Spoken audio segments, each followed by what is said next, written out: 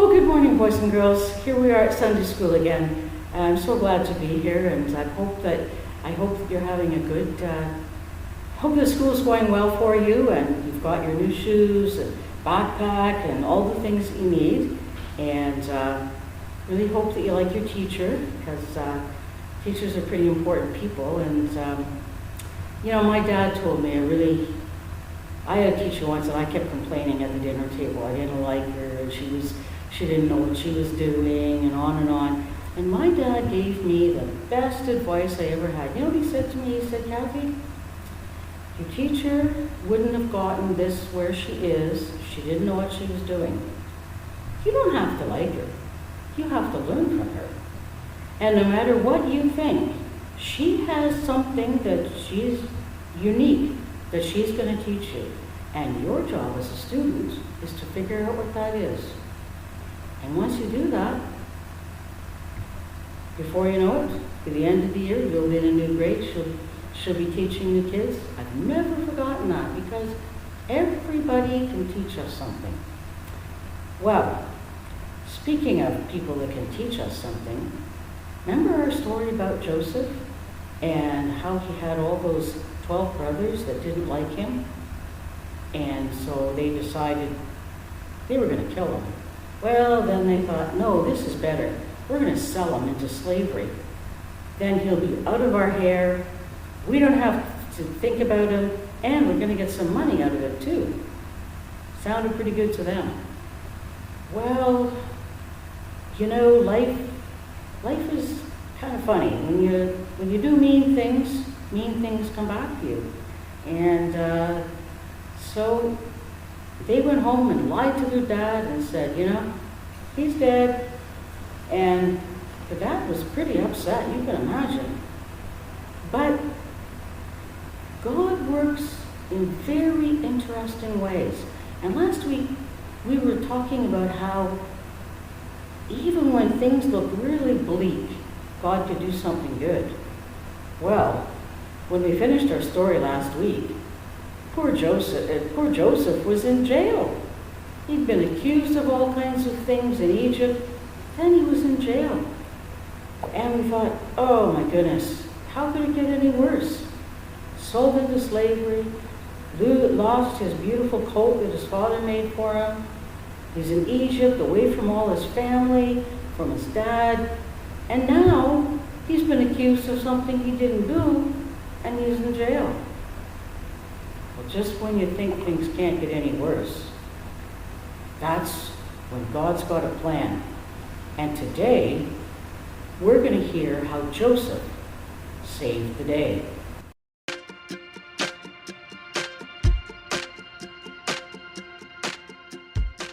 Hi friends, it's Abigail.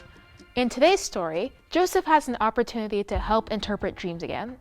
Remember, we're still in the middle of a conflict with Joseph and his brothers. But we're learning that good things can happen during the road to reconciliation. Remember when he helped the steward and the baker understand their dreams when they were all in prison?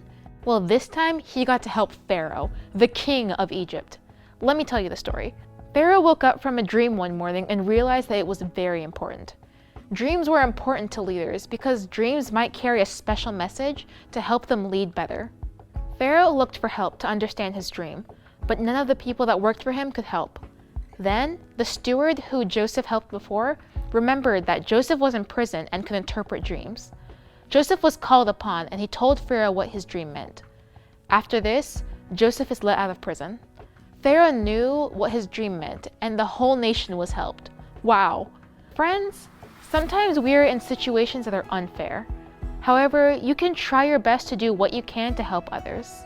Last year, I was really scared when COVID-19 began. Everything changed so quickly.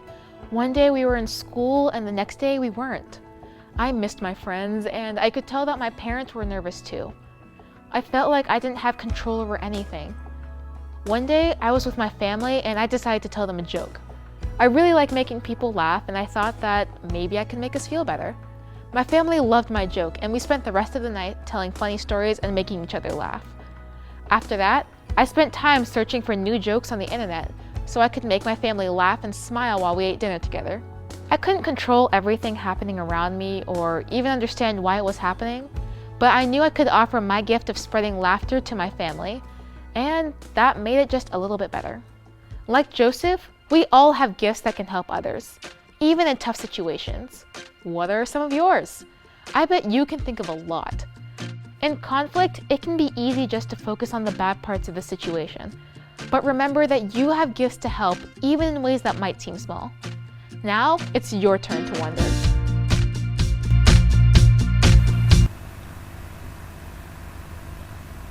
Joseph's an interesting man, isn't he? All these things happen to him. And our Bible verse for this particular unit is Psalm 130, verse 4. Now, we've been looking at that for the last couple of weeks, haven't we? And can we repeat it all together again? So, chapter 130 in Psalm, verse 4. But forgiveness is with you. That's why you are honored. Forgiveness is with you. That's why you are honored. That's why you are honored. Our Bible verse helps us understand that forgiveness comes from God. And when we learn about forgiveness and reconciliation, as we have been for the last couple of weeks, we come to understand just how important it is and how much it helps us to be free. And we've been talking about spiritual practices for the last couple of weeks. And remember I said that a spiritual practice helps us to connect with God. And I think last week I said it was like when we take our device and we have to plug it into a wall unit to get more electricity. Well, when we plug ourselves into God, then we get the things that we need. So it's like plugging in to God. So I want you to close your eyes and think about someone who's hurt you.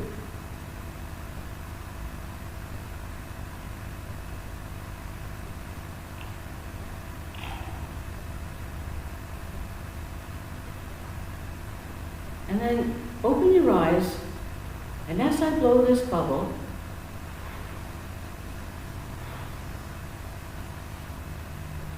just say, I am forgiven.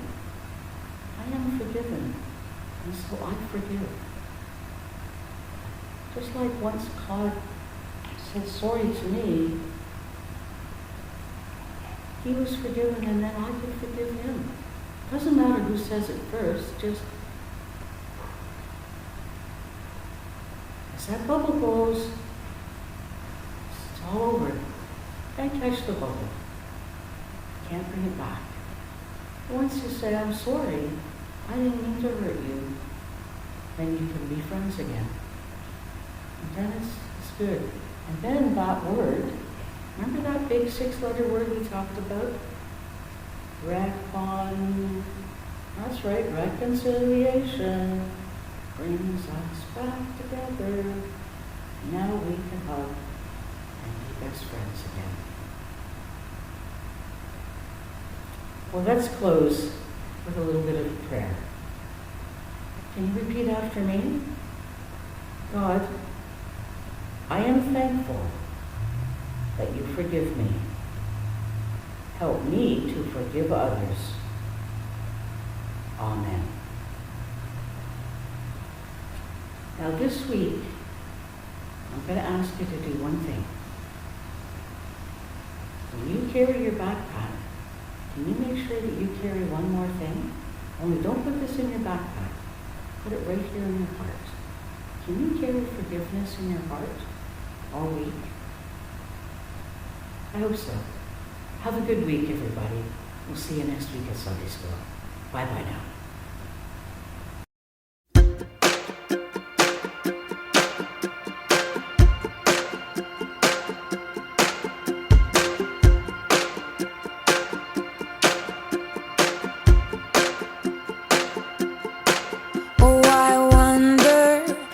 You made it all so good, with a promise, did what you said you would. Oh, I wonder why you're so good to me, how you never leave.